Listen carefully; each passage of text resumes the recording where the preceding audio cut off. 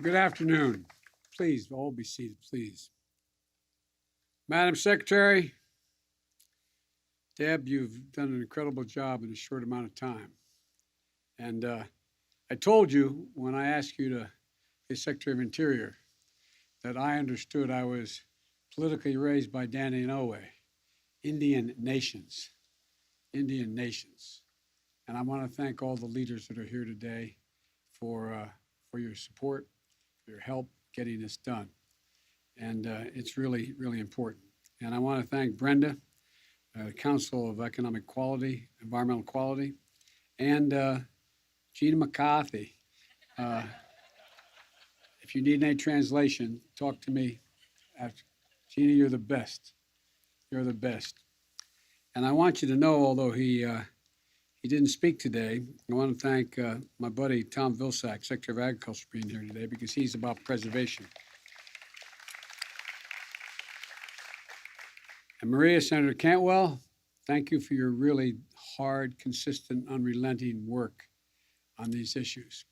And I also want to thank Michael Bennett the same way. He's been in this and never, from the moment he got elected, has been pushing hard. And Ruben, I want to thank you, Congressman Gallego, for the work you've done and continue to do. I really mean it. This may be the easiest thing I've ever done so far as president. I mean it. I mean it. I got to tell you a quick story. When I was running for office, and I'm embarrassed, I can't remember exactly which state I was in, but a gentleman and I think it was his wife and a little girl said, the little girl said, could I talk to you? And she had this, I couldn't understand what she had in her hand. It looked like a teddy bear or something. And she said, can I talk to you, Mr. She wasn't sure what to call me. I wasn't elected yet. Mr. President or Mr. Vice President. I said, sure, what's the matter, honey? She said, I want to give you something. I want to give you some bear's ears. I looked at her, and she gave me this little set of bear's ears. She said, you've got to promise me. You got to promise me. You'll protect the bear's ears. And I'm thinking, what the heck is we... I mean, at the time, I knew bear's ears, but I didn't quite get it. She said, her dad said, you know, a national park. I said, oh, yes. She said, and she went and looked, she said, you promise? You promise? And I promised. And it's the easiest promise that I've made in a long time. I'm grateful to the tribal nation leaders and both those who are here with us today and those who are unable to join us. Today, I'm proud to announce the protection and expansion of three of the most treasured national monuments, our most treasured. Based on powers granted to the President under the Antiquities Act, first used more than a century ago by Teddy Roosevelt. First, Bears Ears National Monument in Utah. This is the first national monument in the country to be established at the request of federally recognized tribes, and a place of healing, as was spoken by the Secretary, a place of reverence, a sacred homeland to hundreds of generations of Native peoples.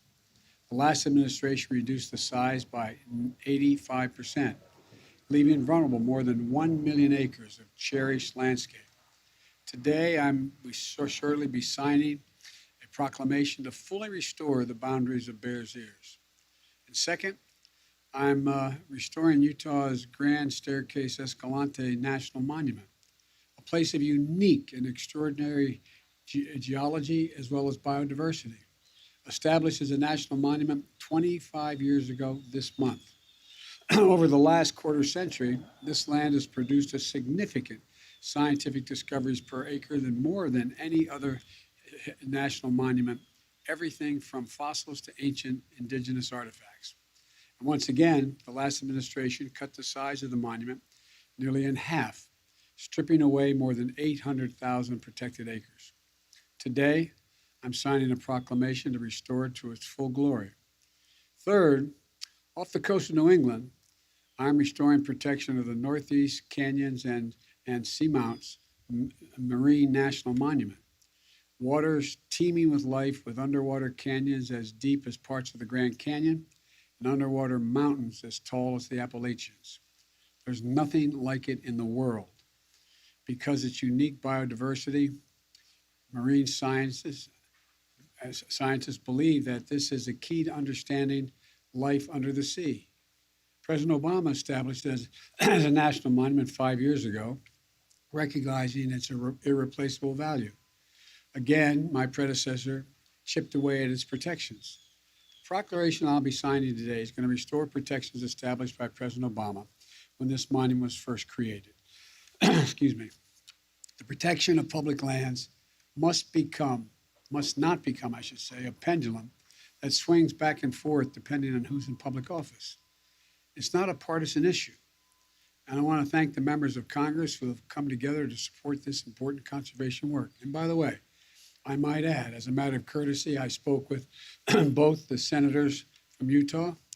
They didn't agree with what I was doing, but they were gracious and polite about it, and I appreciate that as well. The truth is, national monuments and parks are part of the identity as our identity as a people. There are more than natural wonders. They're the birthright we pass from generation to generation, a birthright of every American. And preserving them is the fulfillment of a promise to our children and all those who will come to leave this world a little better than we found it. But today, our children are 3 times more likely to see climate disasters uproot and unsettle their lives than their grandparents' generation. We have to come together and understand why this work is so critical. When we protect and care for a forest, we're not just preserving the majesty of nature. We're safeguarding water sources and lessening the impact of fires. The impact of fires. We're protecting wetlands. We're not only saving birds and fish and the livelihoods of people who depend on them, we're also shoring up the natural defenses to absorb the fury of hurricanes and superstorms. Nearly 1 in 3 Americans live in a community that has been struck by weather disasters just in the last few months. Hurricanes, wildfires, droughts, heat waves. Both the Build Back Better plan and my bipartisan infrastructure agreement are going to make critical investments, significantly increasing the resilience to these devastating effects on the climate crisis. It includes creation of a civilian climate corps, similar to President Franklin Roosevelt's Civilian Conservation Corps, which is going to put diverse groups of Americans to work doing everything from restoring wetlands to protecting clean water to making forests more resilient against wildfires. My plan also puts Americans on a course to achieve 50 to 52% reduction in greenhouse gas emissions by 2030 and to reach net zero emissions no later than 2050. You know, achieving these ambitious goals is going to require that nature itself play a role. Scientists estimate that the protection and restoration of natural lands and waters can provide nearly 40% of the solutions to climate change. That's why I'm signing these proclamations today as an additional reason. It's also why I'm restoring protections for the Tongass National Forest in Alaska, which I've had the great honor to visit. As a matter of fact, when I was meeting with, back in the days when the senator from Alaska, I was with him after the oil spill on the North Slope, and we stopped in the Tongass Forest, and he sat me at a table in this magnificent restaurant in the middle of the Tongass Forest, which has tree trunks as big as those trees holding up the whole building. It's magnificent. And he sat me with what I kid and call Hoss Cartwright and his family. 4 big guys, really big guys, and they had a lumber company that they were foresting in the area, and they wanted me to support paying for roads into the national forest so they could forest.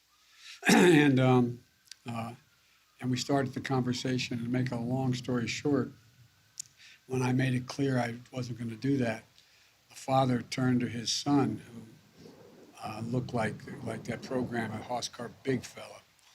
And he said, I'll bet, I won't use the exact language. He turned to me, I'm across the table. And it's got he and 3 of his sons.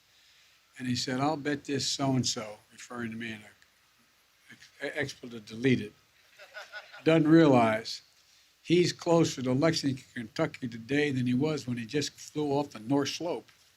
And it made the point to me. Alaska's pretty big. There's an awful lot we need to protect. But that's why I'm working to protect Bristol Bay from mining operations that would threaten one of the world's largest salmon runs. That's why I'm refusing to sell out the Arctic National Wildlife Reserve to oil and gas drilling. These protections provide a bridge to our past, but they also build a bridge to a safer, more sustainable future. One where we strengthen our economy and pass on a healthy planet to our children and our grandchildren. Let me close with this. Edward Abbey, a writer who once worked as a ranger at the Arches National Park in Utah, wrote, and I quote, "This is the most beautiful place on earth. There are many such places. Every man, every woman carries in heart and mind the image of the ideal place, the one true home, known or unknown, actual or visionary." End of quote.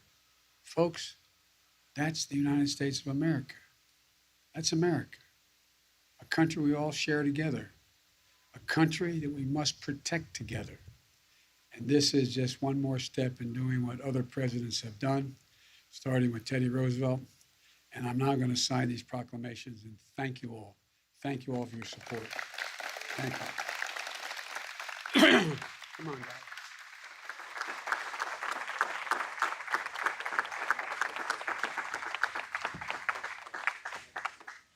All right. First one I'm signing is this grand staircase.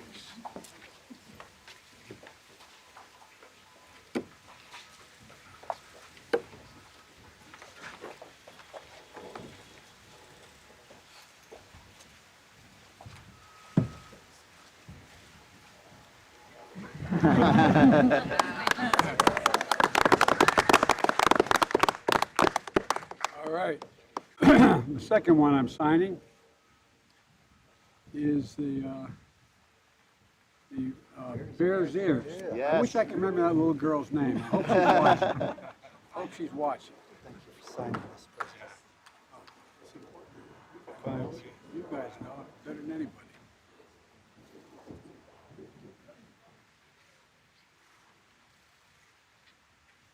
All right, here we go. I'm going to get you all a pen.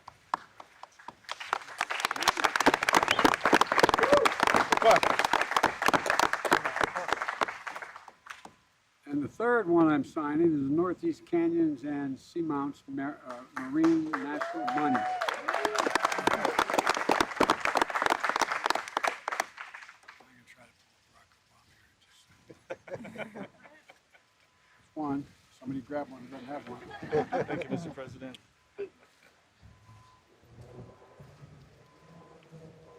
Next one.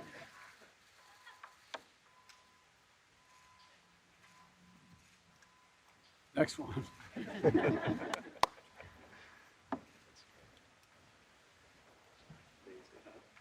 Next one. I'm going to do the same back home, Mr. President. Thank you. Next one. I'm gonna start adding middle names.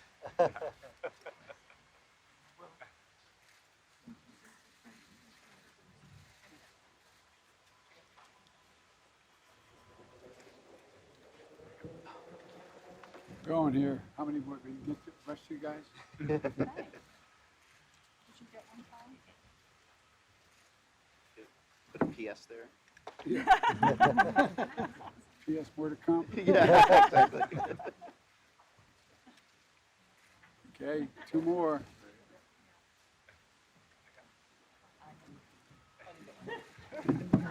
Barack used to be able to do this to say Barack Obama, and he didn't give away 17 pence.